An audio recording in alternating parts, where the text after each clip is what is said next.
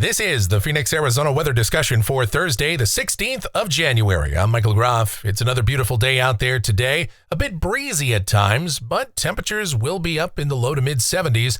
Now, this will be the warmest day of the forecast period, the warmest day we have for a while around here, as temps begin a downtrend starting tomorrow through the weekend and next week. Questions are, how cold will it get? Do we have another chance at a freeze? And do we have any precipitation chances? We'll get into all of that and everything else as we dive on in. First, the almanac from yesterday, 72 degrees the afternoon high, 40 was the morning low, 68 and 46 are the averages for this time of year. Outside right now at 10:25 a.m., sunny sky, and 64 degrees at Sky Harbor, dew points 21, so yeah, it's dry. Humidity 19%, wind from the east-northeast at 13, and the barometer is steady. And thanks to those northeasterly winds, temperatures were up this morning. In fact, at Sky Harbor, we only dropped into the low 50s. The low temperature so far today, 53 degrees. And we saw a wide range of temperatures earlier this morning thanks to those gusty winds. Now, satellite picture out here across the west. There is an upper low that's off the Southern California coast. That's moving east. That will cross the region tonight and tomorrow. But not much fanfare with this. It's got some moisture in the mid-levels. But at best, that might produce a sprinkle or a light shower over eastern Arizona. For us, that's not going to be any precipitation producer. It has created those breezes here across Arizona and will continue to do so through the day today. But other than that, about the only other sensible weather impact for us, some high clouds and cooler temperatures by tomorrow. The watch warning map, air stagnation advisories, of course, across parts of eastern Oregon and Idaho into the Treasure Valley around Boise. Elsewhere, though, around the nation, things are relatively quiet right now. And even in Southern California, yes, we still have some red flag warnings, but the winds, they've died down. And we're going to start to see more of an onshore flow in Southern California. That should help to bring in that higher humidity. And so fighting the fires in Southern California, they'll be able to get better containment. We've already started to see that happening, and that is some very, very good news. Convective outlook for today, no organized severe weather. In fact, not even so much as a clap of thunder to be heard over the lower 48 today and tonight. And the precipitation outlook, this is valid through Thursday morning of next week. Rain amounts in Phoenix, nothing. Statewide, basically nothing. Again, a light shower at some point may be possible for eastern Arizona tonight, and maybe at some time next week. We'll talk about it in more detail as we get to the models right now. Take a look at it. This is the GFS. It's the 12Z run, and this is going to be valid at 5 o'clock this afternoon. There's that upper low to the west. And so what it means for us down at the surface for the rest of the day today, I'd say mostly sunny this morning, some clouds this afternoon, breezy at times, but a beautiful day with highs in the low to mid 70s. Yes, beautiful. Tonight, some clouds in the evening. Otherwise, we become mostly clear after midnight. Overnight lows generally in the, well, maybe mid to upper 30s in the cold spots, 40s elsewhere. Then tomorrow, mostly sunny but cooler. High temperatures should be in the, I'd say mid 60s for us. Let's go to the weekend. Highs low to mid 60s. The sky will be sunny. The air will be dry. Now, overnight lows this weekend will probably get down in the 30s in many spots, near 40 for the urban core on Saturday morning. Sunday morning might even be just a degree cooler. Now, the cold spots will get down to around freezing. So if you're in those traditional cold spots, yes, cover your plants. The rest of you probably don't need to, but it is still going to be chilly with widespread 30s, maybe mid to upper 30s for most of us, lower 30s in those outlying areas. And again, highs on Sunday, again, probably in the low to mid 60s. Now, Monday might cool it off just a little further, highs around 60. And Monday or Tuesday will be the coolest day of the period, mid 50s to about 60 for the high here. And we could start the day out down in the 20s in some of the colder valley locations.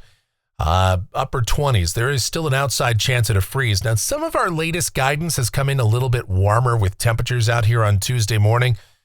And we're going to watch that trend and see if that continues. But right now, I would plan to go ahead, cover up your plants, your frost-sensitive vegetation for most spots around the valley on Tuesday morning. And of course, keep up to date here. We'll let you know what's happening with that as we go, but that's how it looks right now.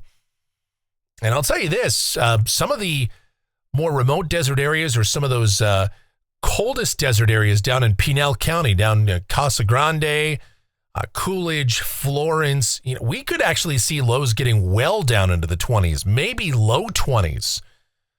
So again, something to think about with this very cold air that's going to be coming in here as we go into next week. Here's Wednesday. We've got a trough, a highly positively tilted system that's making its way on down here. And again, we're not going to worry about that right now. Precipitation way off to the north of us. But we'll see a continuation of cool temperatures next week. But I would say afternoon highs by next Wednesday may recover a little bit, back toward the low and middle 60s. But that's still just ever so slightly below seasonal averages. A week from today, Thursday the 23rd, troughing over the nation's heartland. And maybe another short wave wraps around the western flank of that and makes its way south and could provide a reinforcing shot of cool air. It kind of remains to be seen. I think temperatures might start to warm up ever so slightly, but we'll have to see. Latest model runs kind of want to hold on to the cold air a little longer. And then going out 10 days, this is Saturday the 25th, we've got an upper low that's coming onto the northern California coast. We'll watch the evolution of that feature, but for now, looks like we're under the influence of high pressure, so we are a bit warmer and continued dry. All right, looking at rainfall for Phoenix, this goes out through the 30th of the month. And this is off the GFS Ensemble, and it basically shows nothing. There are a few members that advertise precipitation, but for the most part, nothing. Now, keeping in mind, of course, that where we stand right now is at, 147 consecutive days without measurable rain. And so we are going to move into second place all time for that dry streak here, and we're going to continue. Now, the longest stretch of time without rainfall in Phoenix is December 30th, 1971 to June 6, 1972. That's 160 days. Clayton, I saw your comment yesterday. The other dry streak you're talking about was not from September 05. It was actually from October 17th, 05 to March 11 of 2006, 143 days. We are already past that. So we're going into second place here all time for the most consecutive days without measurable rain. And it sure looks like, if we take this at face value, a very, very high chance we're going to break that record. It's just another record from the last 6 or 7 months that we are going to break, and that's not one I want to see broken here. All right, looking at rainfall from the European ensemble, and again, out through the 30th, yeah, there's a few more members that show rain, and the ensemble means a little bit higher, but I mean, still barely over 1/10 of an inch. So nothing to get too excited about there. And then temperatures off the national blend of models. See, these numbers are actually up from some previous runs we were looking at last night. So I would say if we, again, what you're seeing here, these are the numbers at Sky Harbor. So lows around 40, but I still think many spots will be down in the 30s. We're going to watch the evolution of this cold weather, this Arctic air intrusion, see how much of it really gets in here by Monday, Tuesday of next week. But I would still prepare for the colder temperatures and the colder guidance that we've been taking a look at. And if it doesn't materialize, well, no harm, no foul. But just prepare for that. Keep that in the back of your mind as we go forward. Otherwise, it looks like temperatures are going to remain at or below average for a while, and then maybe see highs start to creep up toward the end of next week and beyond. And that's going to do it for the Phoenix, Arizona weather discussion for today. My next video is due back here tomorrow morning. Should you happen to enjoy these videos, be sure to subscribe, like, share, click that notification bell, leave those comments, questions, and suggestions. If you really like what we do here, then click that thanks icon below the video here on YouTube and make those monetary contributions to us. Or you can donate directly via PayPal. GroffShow@gmail.com is that PayPal address. It is GROFFshow@gmail.com for PayPal.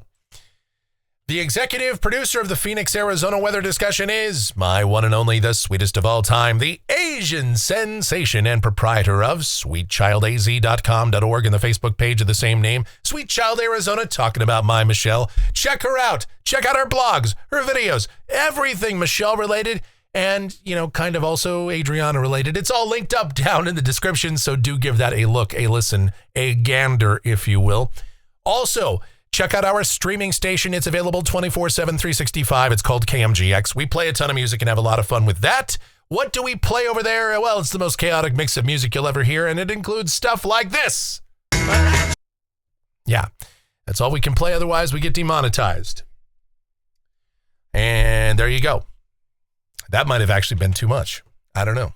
YouTube's doing what they do. And, with TikTok maybe going out of business, or, getting banned here in the U.S., that'll be one less outlet we have to worry about. So we might actually get more traffic that way.